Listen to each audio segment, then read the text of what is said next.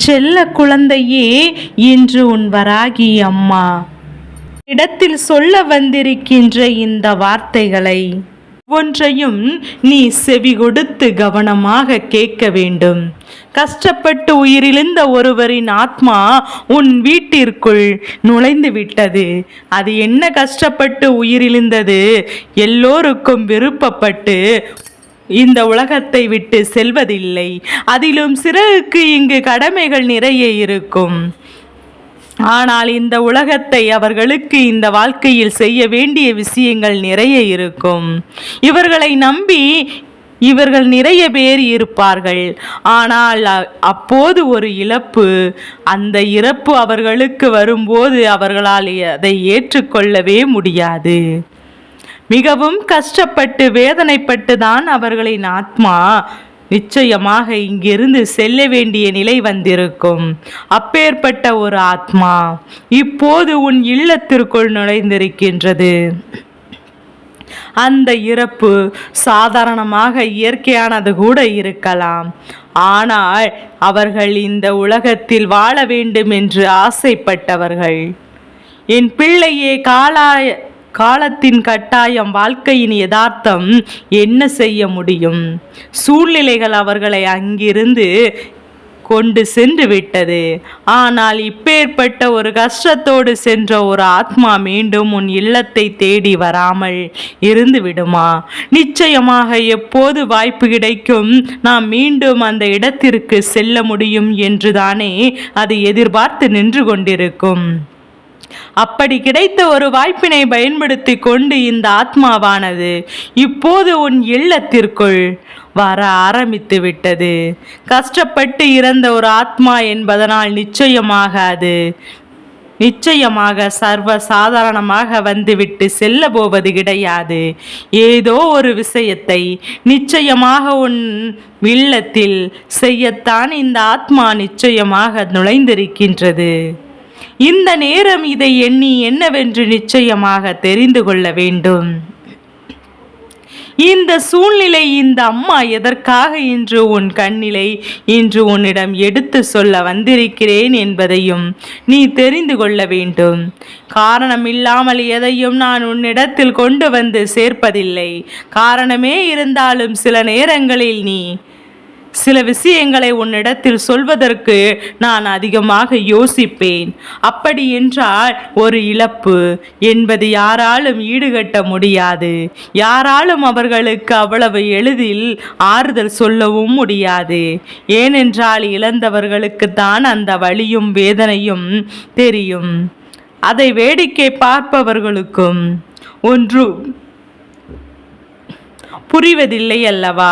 வெளியிலிருந்து பார்ப்பவர்கள் ஒரு ஆறுதலை மட்டும்தான் அவர்களுக்கு சொல்ல முடியும். ஆனால் அவர்களின் துன்பத்தை அவர்கள் வாங்கி கொள்ள முடியாது. இது போன்ற நேரங்கள் இந்த வாழ்க்கையில் உனக்கு வந்துவிட்டு மற்றவர்களுக்கு நடக்கும்போது நாம் அதை பெரிதாக கண்டுகொள்ளவில்லை. ஆனால் நமக்கு வீட்டிலும் இது போன்ற ஒரு விஷயம் நடக்கும்போது அதை நம்மால் தாங்கிக் கொள்ள முடியவில்லை.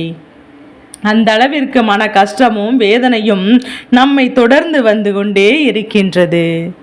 என் பிள்ளையே, இந்த நிலையை எல்லாம் தாண்டி இந்த வாழ்க்கையில் உண்மைகளை நிச்சயமாக தெரிந்து கொள்ள வேண்டும். என் அன்பு பிள்ளையே, யாரானும் இந்த உலகத்தை விட்டு செல்ல வேண்டும் என்று நினைப்பது கிடையாது. எவ்வளவோ கஷ்டப்பட்ட வாழ்க்கையாக இருந்தாலும் அதை வாழ்ந்து விடத்தான் எல்லோரும் நினைக்கின்றார்கள் அல்லவா? அதனால் இவர்கள் பேசும்போதுதான் இந்த கஷ்டத்தை எல்லாம் அனுபவிப்பிற்கும் ஒரே வழியாக போய் சேர்ந்து விடலாம் என்று பலமுறை சொன்ன வார்த்தைக்கான பலன்தான் அவர்களுக்கு கிடைத்து விட்டது. ஆனால் சொன்ன வார்த்தைகளை எதுவாக இருந்தாலும் உண்மையாக அவர்கள் இந்த உலகத்தை விட்டு செல்ல நினைக்கவில்லை. ஏதோ ஒரு வாய் வார்த்தைக்காக இது போன்று இவர்கள் சொல்லிக் கொண்டிருந்தார்களே தவிர, என் அன்பு பிள்ளையே, இந்த உலகத்தை விட்டு செல்ல வேண்டும் என்று இவர்கள் நினைக்கவில்லை. ஆனால் விதிவசம் அது நடந்தால்தான் அவர்களால் இதை ஏற்றுக்கொள்ள முடியவில்லை. நடந்தால்தான் ஏற்கனவே குடும்பத்தில் இருக்கின்ற பல பொறுப்புகளின் மீது இந்த நிலையில் பல விஷயங்கள் இவர்கள் தலையில் இருந்த நிலையிலும் இவர்களுக்கு இது போன்ற ஒரு விஷயம் நடந்ததை யாராலும் ஏற்றுக்கொள்ள முடியாமல் தான் உன்னுடைய குடும்பமானது இப்போது அங்கே தவித்து கொண்டிருக்கின்றது. என்ன செய்வது ஏது செய்வது என்று தெரியாமல் பிதிங்கி நின்று கொண்டிருக்கின்ற நேரம் இந்த ஆத்மா உன் இல்லத்திற்குள் இப்போது நுழைந்திருக்கின்றது. அதாவது உயிரோடு இருக்கும் வரை சொந்த பந்தம் உறவுகள் என்று நிச்சயமாக எல்லாவற்றையும் நான் சொல்லி கொண்டிருக்கலாம். ஆனால் ஒரு ஆத்மாவாக மாறிவிட்ட பிறகு இங்கே சொந்த பந்தம் என்று சொல்வதற்கெல்லாம் எதுவும் இல்லை. என் பிள்ளையே, அவர்களுக்கு என்ற தனி உலகம் இருக்கின்றது. அதிலும் நாம் இந்த உலகத்தை விட்டு செல்லக்கூட மனமில்லாமல் சென்றிருக்கின்ற அந்த ஆத்மா எந்த நோக்கத்தில் வந்திருக்கும் என்பதை நம்மால் அவ்வளவு எளிதில் கணித்துவிட முடியாது. நல்லதை செய்வதற்காக வந்திருக்கிறார்களா, விஷயத்தை செய்வதற்காக வந்திருக்கிறார்களா என்று கவனித்துவிட முடியாது. ஆனால் இன்று இந்த விஷயத்தை நிச்சயமாக தெரிந்து கொள்ள வேண்டும். இன்று இந்த விஷயம் என்னவென்று நமக்கு நிச்சயமாக புரிய வேண்டும். என் அன்பு பிள்ளையே, இன்று என்ன நடக்கிறது எது நடக்கிறது என்பதை சரியாக புரிந்து கொண்டால் இந்த வாழ்க்கையில் நிச்சயமாக நம்மை தேடி வருகின்ற ஒவ்வொரு உண்மைகளும் நிச்சயமாக நமக்கு என்னவென்று என் பிள்ளையே புரிந்து வந்துவிடும். இந்த சூழ்நிலைகள் எல்லாம் நமக்கு நிச்சயமாக இந்த வாழ்க்கையில் என்ன தரப்போகிறது என்பதையும் புரிந்துவிடும். இந்த ஆத்மா நினைத்து வரும் என்ன என்பதையும் இந்த அம்மா கண்டு கொண்டதனால்தான் உனக்கு இதை சொல்லிவிட வேண்டும் என்று வந்திருக்கிறேன். இவர்களுடைய எண்ணங்கள் என்னவாக இருக்கிறது என்பதையும் நான் உனக்கு தெளிவுபடுத்த வந்திருக்கின்றேன். சில நேரங்களில் உனக்கே தோன்றுகிறது, நம்முடைய வீட்டில் நம்மை தாண்டி வேறு ஏதோ ஒரு விஷயம் நடக்கிறது என்று. அது தெய்வம் சக்தியாக இருக்கலாம், இது போன்ற ஆத்மாவாகவும் இருக்கலாம். இந்த சந்தேகங்கள் எல்லாம் உனக்கு வந்திருப்பாய். ஆனால் நாம் தான் இப்படி ஒரு விஷயத்தை உன் முன்னால் கொண்டு வந்துடன் நீ இது என்னவென்று கேட்க தயாரா இருக்கிறாய். இல்லாமல் போனால் நிச்சயமாக இதையெல்லாம் நம்புகின்ற பிள்ளையா, நீ நிச்சயமாக இதை நீ நம்ப மாட்டாய். ஆத்மாவானது ஏதாவது அதுவெல்லாம் ஒன்றும் கிடையாது. இறந்து போனவர்கள் மீண்டும் இங்கு வரமாட்டார்கள் என்றல்லவா என் பிள்ளை நீ சொல்லி கொண்டிருப்பாய். ஆனால் அதையும் தாண்டி உன் அம்மா என் வார்த்தைகளை நீ கேட்கின்றாய் என்றால் உன்னுடைய மனதிற்குள் ஏதோ ஒரு விஷயம் இருக்கின்றது. அடுத்தவர்களுக்கு இது போன்ற விஷயங்கள் நடக்கிறது என்று என் பிள்ளை சொன்னால் அதை நாம் பெரிதாக கண்டுகொள்ளவில்லை. ஆனால் இப்போது நம்முடைய இல்ல இருந்து ஒருவர் பிரிந்து விட்டால் அந்த ஆத்மாவாகி விட்டார் என்று இது போன்ற விஷயங்கள் நடப்பது என்னவென்று நாம் பார்க்க வேண்டிய நிலை வந்துவிட்டது. நம்மை சுற்றி என்ன நடந்து கொண்டிருக்கிறது, இந்த வாழ்க்கை நமக்கு என்ன கொடுத்து கொண்டிருக்கிறது என்பதை நிச்சயமாக என் பிள்ளை நீ என்னவென்று தெரிந்து கொள்ள வேண்டும். உன்னோடு நான் இருக்கும் வரை எப்போதும் என் பிள்ளை நீ இந்த வாழ்க்கை உனக்கான பல உண்மைகளை என்னவென்று சொல்லி சொல்லி தருகின்றதல்லவா. இந்த ஆத்மாவானது உண்மை சொல்ல வேண்டும் என்றால், உன் இல்லத்திற்கு வர வேண்டும் என்றால் பல தடைகளை தாண்டிதான் அங்கிருந்து வர வேண்டும். ஏதோ ஒரு விஷயம் இந்த ஆத்மாவனுடைய மனதில் உன்னை காண வேண்டும் என்று வந்திருக்கின்றது. இன்று எப்படியாவது நாம் வீட்டிற்கு சென்று விட வேண்டும், சில காரியங்களை அங்கு முடிக்க வேண்டும் என்று அந்த ஆத்மாவானது இங்கு இப்போது சென்று கொண்டு வந்திருக்கின்றது.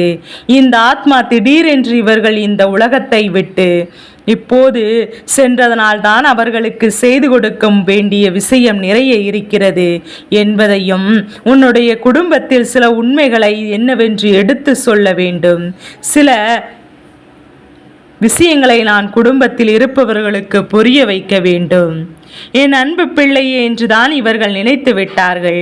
ஒவ்வொரு நாளும் ஒவ்வொரு விதமான துன்பங்களையும் துயரங்களையும் சந்தித்து அதிலிருந்து மீண்டு வர இவர்கள் முயற்சி செய்து கொண்டிருக்கிறார்கள்.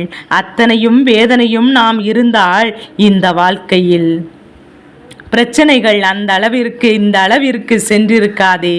நாம் இருந்த நாள்தான் ஏதாவது ஒரு வகையில் இந்த பிரச்சனைகள் இருப்போமே என்று சமாளிக்க முடியாமல் நான் குடும்பம் திணறுகிறதே என்று சொல்லி அந்த ஆத்மா மன வருத்தம் கொள்கின்றது.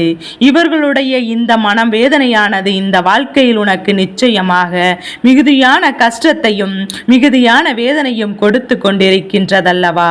வேதனைகள் பல, சோதனைகள் பல என்று இந்த வாழ்க்கையில் ஒவ்வொன்றையும் கடந்து நீ எப்படியாவது வாழ்ந்துவிட வேண்டும் என்று போராடி போராடி கொண்டிருக்கும் போது உன் குடும்பமே ஒட்டுமொத்த முயற்சியில் இறங்கி இருக்கும் என்பதை சற்றென்று ஒரு நொடியில் இந்த இழப்பு அத்தனையும் தலைகீழாக புரட்டி போட்டெடுத்து இந்த ஆத்மாவாக ஆன பிறகு தன் குடும்பத்தை காப்பாற்ற என் பிள்ளை நீ வர வேண்டும் என்று நினைக்கிறார்கள். எல்லோருக்குள்ளும் இந்த வாழ்க்கை நிச்சயமாக நினைத்ததெல்லாம் நடத்த முடியும் என்கின்ற ஒரு நம்பிக்கை கொடுக்க நினைக்கிறார்கள். இந்த நம்பிக்கையை கொண்டு என் பிள்ளை ஒவ்வொன்றும் இந்த வாழ்க்கையில் எடுத்து வைத்த முயற்சிகளில் பின்வாங்காமல் இந்த இறப்பையே நினைத்து வருத்தப்படாமலும் நல்ல விஷயங்களை எல்லாம் என் பிள்ளை நீ செய்ய வேண்டும் என்று சொல்லி இந்த ஆத்மா சில விஷயங்களை புரிய வைக்கத்தான் உன் இல்லத்திற்கு வந்திருக்கின்றது. இவர்களின் நோக்கம் என்ன தெரியுமா? சரியானதாக இருப்பதனால்தான் இவர்களுக்கு உன் இல்லத்தில் வருவதற்கு அனுமதி கொடுத்திருக்கின்றேன். எந்த ஒரு கெட்ட எண்ணங்களோடு இந்த ஆத்மா நுழைவதற்கு நிச்சயமாக வாய்ப்பு கிடைக்காது. இவர்கள் எண்ணிய விஷயங்கள், இவர்கள் யோசித்த விஷயங்கள் என்று அத்தனையும் உன்னுடைய வாழ்க்கையை நிச்சயமாக நல்லபடியாக வைக்கும். உன்னை தேடி வருகின்ற ஒவ்வொரு மாற்றங்களையும் நிச்சயமாக நிறைவாக உணர்ந்து கொள்ள வேண்டும். நான் இருக்கிறேன் எந்த நிலையிலும் உன்னோடு என்பதை நீ புரிந்து கொண்டால் உன் அம்மா சொல்கின்ற விஷயங்கள் நிச்சயமாக உனக்கு புரிந்திருக்கும். தெய்வம் காட்டும் துணையில்லை, உன்னுடைய முன்னோர்கள் மட்டும் துணையில்லை. நீ வணங்குகின்ற அத்தனை பேரும் உனக்கு துணையாக நிற்கின்று தாண்டி உன் இல்லத்தில் சமீபத்தில் இறந்து போன ஆத்மாவும் ஒரு துணையாக நிற்கிறது என்பதை நீ மறந்து விடாதே. இவர்கள் உனக்கு உறுதுணையாக இருந்து உன் வாழ்க்கையில் பல நல்ல விஷயங்களை செய்து தர வேண்டும் என்று நினைத்து கொண்டிருக்கிறார்கள். இவர்கள் உன்னுடைய வீட்டிற்கு நிச்சயமாக மனதார பல நன்மைகளையும் இவர்கள் செய்ய வேண்டும் என்று நினைக்கின்றார்கள். என் அன்பு குழந்தையே, இப்போது இவர்களின் இழைப்பையோ நினைத்து நினைத்து நீ திருத்தி கொள்ளாமல் இவர்களின் சிந்தனைகளை உனக்குள் எல்லாம் வருக. இவர்களுடைய அத்தனை குறிக்கோளையும் நிறைவேற்ற நீ பட்ட பாடு வேண்டும் என்னவாக இருந்தாலும் இந்த வாழ்க்கையை மாற வேண்டும் என்று இவர்கள் நினைத்தார்களோ அதுவாக இந்த வாழ்க்கையை மாற்ற நீ போராட வேண்டும். துவண்டு விடாமல் என் பிள்ளை இன்னல்களை கண்டு பதறி ஓடாமல் நடக்கக்கூடிய நல்ல விஷயங்களுக்கு எப்போதும் நீ நல்ல இன்னல்களையும் எண்ணங்களோடு இருக்க வேண்டும் என்பதுதான் அவர்களுடைய விருப்பமாக இருக்கின்றது. அவர்களின் லட்சியம் நிறைவேற வேண்டும். அவர்கள் ஆசைப்பட்ட விஷயங்கள் அத்தனையும் இந்த வாழ்க்கையில் நிச்சயமாக நடக்க வேண்டும். இவையெல்லாம் நடந்துவிட்டது என்றால் நிச்சயமாக அந்த ஆத்மாவானது அவர்கள் இருக்க வேண்டிய இடத்தில் நிச்சயமாக இருக்கும். அவர்களுக்கென்று இருக்கின்ற அந்த இடத்தில் அவர்கள் சந்தோஷமாக இருப்பார்கள்.